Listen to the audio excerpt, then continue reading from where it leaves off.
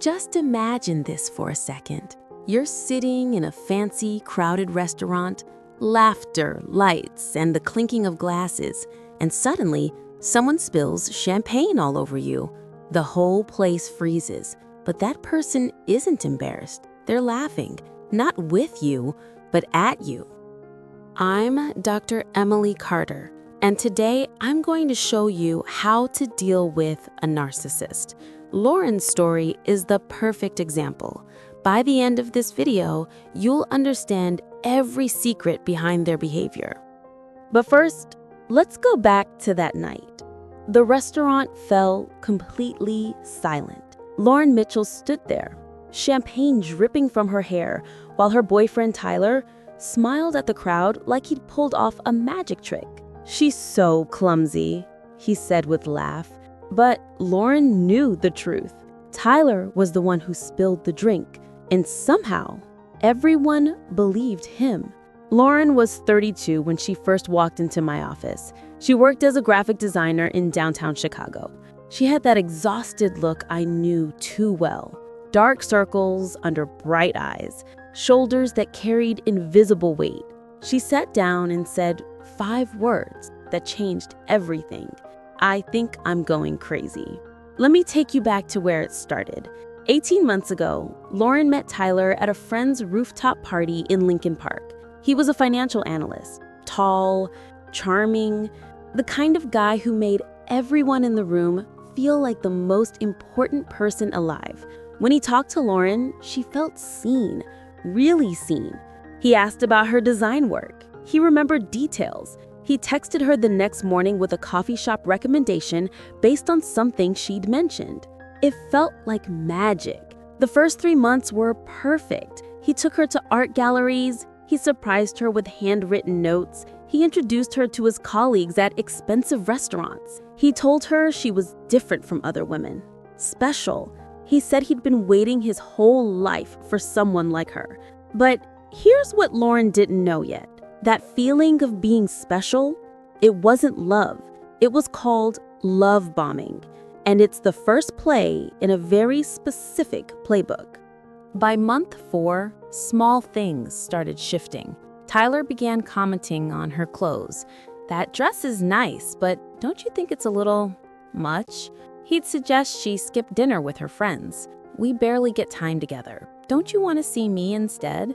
Each request felt reasonable. Each compromise felt small, but Lauren was slowly becoming someone she didn't recognize. The worst part? She couldn't explain it to anyone. When she tried telling her best friend Michelle about Tyler's comments, Michelle said, "He's just being honest. That's good, right?"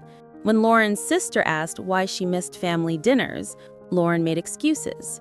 Tyler's explanations always sounded logical. Her feelings seemed dramatic. This is where the real trap closes, because narcissistic manipulation doesn't look like abuse from the outside. It looks like love. It looks like caring. It looks like someone who just wants the best for you.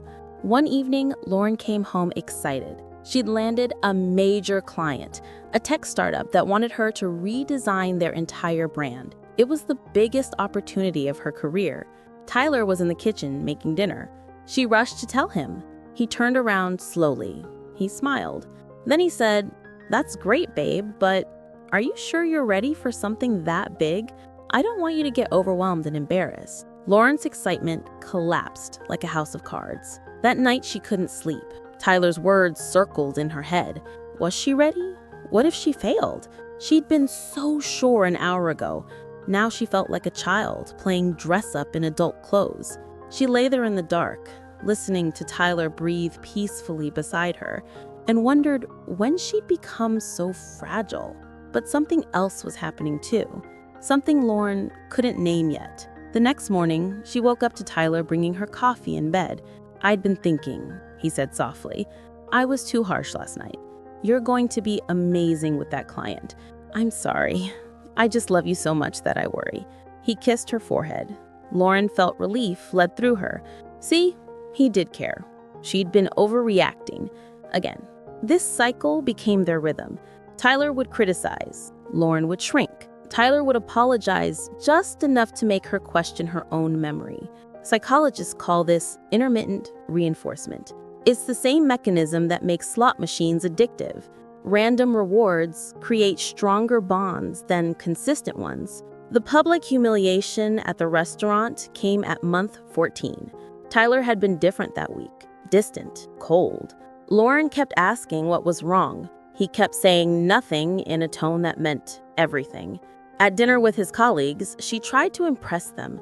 She laughed at their jokes, she complimented Tyler. She wanted to be the girlfriend he deserved. Then came the champagne incident. Tyler's hand had knocked the glass. She saw it happen, but in front of 8 people, he looked at her with such sincere concern and said, "Honey, are you okay? You need to be more careful." Everyone rushed to help her. Someone handed her napkins. Tyler rubbed her back soothingly while whispering just loud enough, "Too much wine, babe?" Lauren sat there, wet and humiliated, and realized something terrifying. She didn't trust her own eyes anymore. That was her breaking point. But breaking points don't always break us open. Sometimes they break us awake. The next day, Lauren did something she hadn't done in a year. She called Michelle and asked to meet. Really meet. No excuses, no Tyler, just truth. They sat in their old coffee shop in Wicker Park, and Lauren told her everything. The comments, the isolation, the feeling of disappearing inside her own life. Michelle listened quietly. Then she said something that saved Lauren's life. "That's not love. That's control." Michelle had been reading about narcissistic abuse online. She'd suspected for months, but didn't know how to bring it up. She showed Lauren articles, support forums, clinical descriptions. Lauren read about gaslighting, about narcissistic supply, about trauma bonding. Every word felt like someone had written her diary. But reading about it and leaving are different continents. Lauren went home that night planning to confront Tyler. She had her speech ready, her boundaries prepared. She walked through the door, and Tyler was sitting on the couch, crying. Real tears. He looked broken. He said, "I don't know what's wrong with me. I love you so much, but I keep hurting you. I think I need help. Will you help me get better?" This is the moment that breaks most people, because narcissists don't play fair. They play to win. Lauren held him. She soothed him. She promised to help. That night, she believed they'd turn a corner, together. But here's what the research shows. True narcissistic personality disorder, as defined in the DSM-5, includes pervasive patterns of grandiosity, need for admiration, and lack of empathy. These patterns are deeply rooted. They don't change because someone reads an article or has one vulnerable moment. They're structural, not situational. Tyler never went to therapy. He scheduled an appointment. He showed Lauren the confirmation email. Then he canceled it quietly. When Lauren asked, he had reasons, good ones. Work was crazy. The therapist was too expensive. He was feeling better anyway, thanks to her support. Lauren became his therapy, his emotional support system, his mirror, his supply. 3 months later, at Lauren's company holiday party, something shifted in her. She was talking to a colleague named Jason about a design project.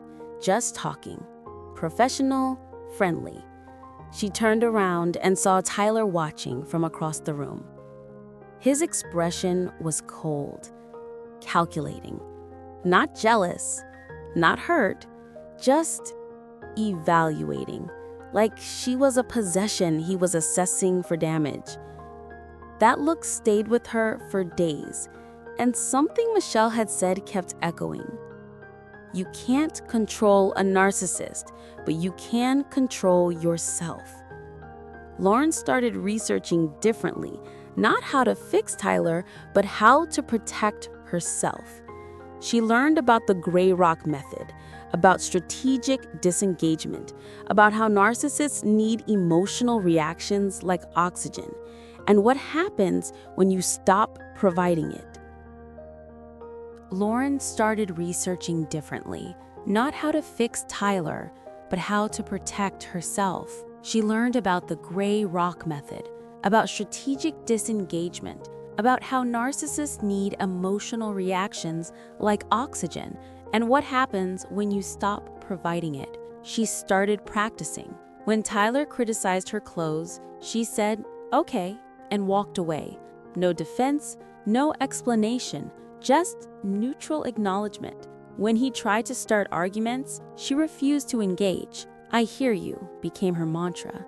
Not agreement, just acknowledgement without emotional fuel. Tyler escalated. That's what they do when supply dries up. He became crueler. He threatened to leave. He accused her of cheating. He cried. He raged. He love-bombed again with flowers and apologies. But Lauren kept practicing gray rock. She was polite, calm, emotionally unreachable. And something miraculous happened. Tyler got bored. Not all at once, but gradually. A narcissist needs drama, like plants need sun. Lauren wasn't providing it anymore. She'd become what narcissists hate most, uninteresting. But leaving still took courage, because knowing about abuse and escaping it are different skills. Lauren planned carefully. She told her family first. They didn't understand at first. Tyler had been so charming at dinners, so attentive. But Lauren showed them the patterns, the isolation, the control. Slowly, they started seeing it. Her dad, who'd initially liked Tyler, said something that fortified her. Real men don't need to make their partners small. Lauren found a new apartment. She told only Michelle and her sister. She moved her important documents quietly, her passport, her birth certificate, her savings information.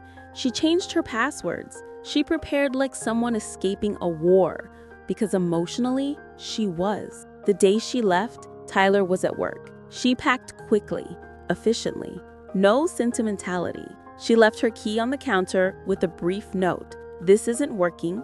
I need space. Please don't contact me." She blocked his number, his social media, his email.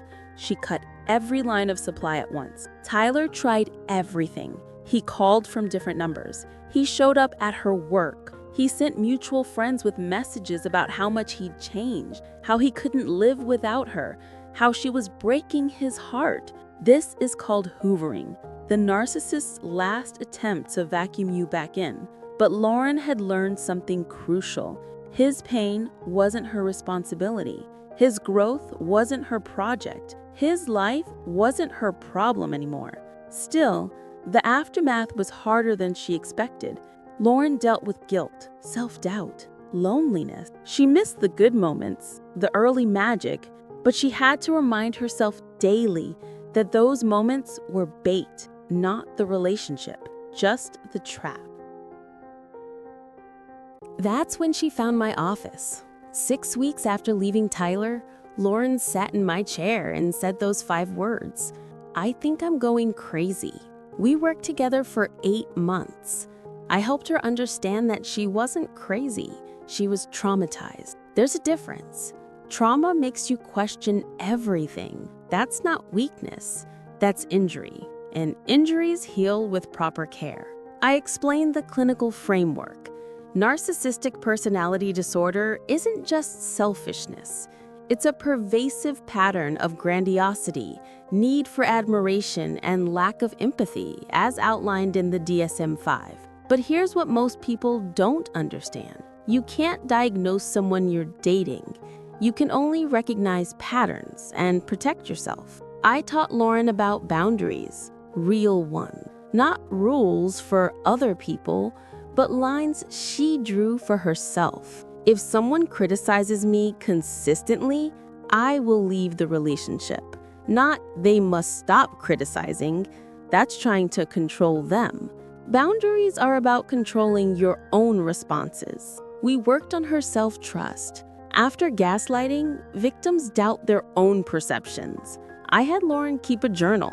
Facts only, not feelings. Tyler said X, I felt Y. This happened. Over time, she saw the patterns clearly. Her perceptions were accurate. Her reality was real. I also taught her something crucial. You can't control a narcissist in any traditional sense. They're not controllable because they don't follow normal reciprocity roles. But you can control 3 things: your exposure to them, your emotional reactions, and your exit strategy. Lauren learned that the only winning move with a narcissist is not to play, not to engage, not to try changing them, just to protect yourself and leave when you're ready. The gray rock method was her biggest tool. When Tyler continued trying to contact her, she responded minimally. No emotion, no detail, just flat information when legally necessary. Received, understood, nothing more. Eventually, he found a new supply. Another woman to charm, another mirror to provide his reflection. That hurt Lauren more than she expected. Not jealousy, something deeper. Confirmation that she'd never been special, just available, just useful. That's the wound that takes longest to heal. The understanding that you weren't loved, you were used. But here's what Lauren discovered in that pain. Being used wasn't about her worth, it was about his capacity. Narcissists can't love the way healthy people do, not because their partners aren't lovable, but because narcissists lack the emotional infrastructure. It's like blaming yourself for not being seen by a blind person. The problem isn't your visibility, it's their vision. Lauren gradually rebuilt her life. She reconnected with friends she'd neglected. She took on challenging projects at work. She started therapy, not just for trauma, but for growth. She learned about her own patterns, why she'd been attracted to Tyler's intensity, why she'd stayed past warning signs, what childhood wounds made her vulnerable to manipulation. This is the part people don't talk about enough. Leaving a narcissist isn't the end of the work, it's the beginning. Because while the narcissist made the environment toxic, you have to understand why you breathed it in so long. Lauren discovered she'd been taught early that love meant sacrifice. Her mother had modeled self-erasure in her own marriage. Lauren learned that being good meant being small, that taking up space was selfish, that her needs mattered less than keeping peace. Tyler didn't create those beliefs. He just exploited them. This is the part people don't talk about enough. Leaving a narcissist isn't the end of the work, it's the beginning. Because while the narcissist made the environment toxic, you have to understand why you breathed it in so long. Lauren discovered she'd been taught early that love meant sacrifice. Her mother had modeled self-erasure in her own marriage. Lauren learned that being good meant being small, that taking up space was selfish, that her needs mattered less than keeping peace. Tyler didn't create those beliefs, he just exploited them expertly. 8 months into our work together, Lauren came to a session glowing, not happy, something deeper, solid. She'd been on a date with someone new, a teacher named Chris. They'd had coffee. He'd asked about her work and actually listened. He didn't love bomb or criticize. He was just present, interested, normal.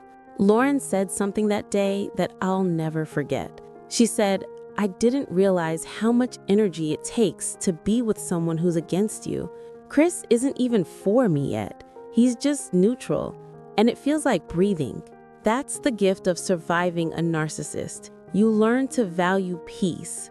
You recognize love bombing as a red flag, not romance. You trust slow build over instant intensity. You know that real love doesn't require you to shrink.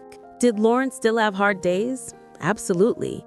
Trauma doesn't follow timelines. She'd see Tyler's social media through mutual friends and feel that old pull. She'd doubt herself on bad days. She'd wonder if she'd overreacted. That's normal. Healing isn't linear, it's spiral. You pass the same lessons at different altitudes. But here's what changed fundamentally. Lauren learned that the question, how do you control a narcissist, is the wrong question, because control is their game, and you can't beat a narcissist at their game. They've been playing longer. They have no rules. They don't care about collateral damage. The right question is, how do you control yourself around a narcissist? And the answer has 3 parts. First, you control your exposure. You limit contact. You create distance. You leave when possible. If you share custody or work together, you communicate only what's necessary. Gray rock becomes your default mode. Boring, unresponsive, emotionally unavailable to them. Second, you control your reactions. You don't defend. You don't explain. You don't justify. You don't engage with accusations or manipulation. You become a smooth surface their tactics slide off of. This isn't easy. It takes practice, but it's powerful. Third, you control your healing. You work on yourself. You understand your vulnerabilities. You build your support system. You learn warning signs. You develop boundaries. You invest in your own psychological health so you're never that vulnerable again. The real victory over a narcissist isn't changing them. Lauren taught me It's recovering something too. yourself. She reminded me why I do this work. Because people aren't broken, they're hurt. And hurt heals when given the right conditions. Safety, truth, support, time. Lauren had all of those, eventually, but she had to create them for herself. Today, Lauren is thriving. She started her own design firm. She's in a healthy relationship with Chris, who she married last spring. She still has moments of doubt. She still checks herself for old patterns, but she knows her warning signs now. When someone makes her feel crazy, she trusts that feeling. When someone isolates her from support, she recognizes the tactic. When love feels like walking on eggshells, she knows to walk away instead. She sent me a message last month that I keep on my desk. Thank you for teaching me that the opposite of abuse isn't perfection, it's peace. That's the lesson I want you to take from Lauren's story. If you're in a relationship where you constantly doubt yourself, where criticism is disguised as care, where you've become smaller to make someone else comfortable, you're not crazy. You're not too sensitive. You're not overreacting. You're recognizing a pattern, and recognition is the first step to freedom. You can't control a narcissist, but you can control whether they control you. And that choice, hard as it is, belongs entirely to you. The most shocking part of Lauren's story, she wasn't Tyler's first victim, and she probably wasn't his last, but she was the one who broke the pattern for herself. And in doing that, she saved her own life. So here's my question for you, and I really want you to think about this. What pattern in your life are you ready to break? What relationship are you staying in because leaving feels harder than staying? What version of yourself have you shrunk into to keep someone else comfortable? Write it in the comments. Share your story. You never know who needs to hear that they're not alone. If this story made you think, hit that like button and share it with someone who needs to hear it. And subscribe for more stories like Lauren's. Because understanding these patterns doesn't just help you, it helps everyone you love. Real love doesn't make you smaller. It makes you more yourself. Remember that. And if someone in your life is making you forget who you are, maybe it's time to remember before you forget completely.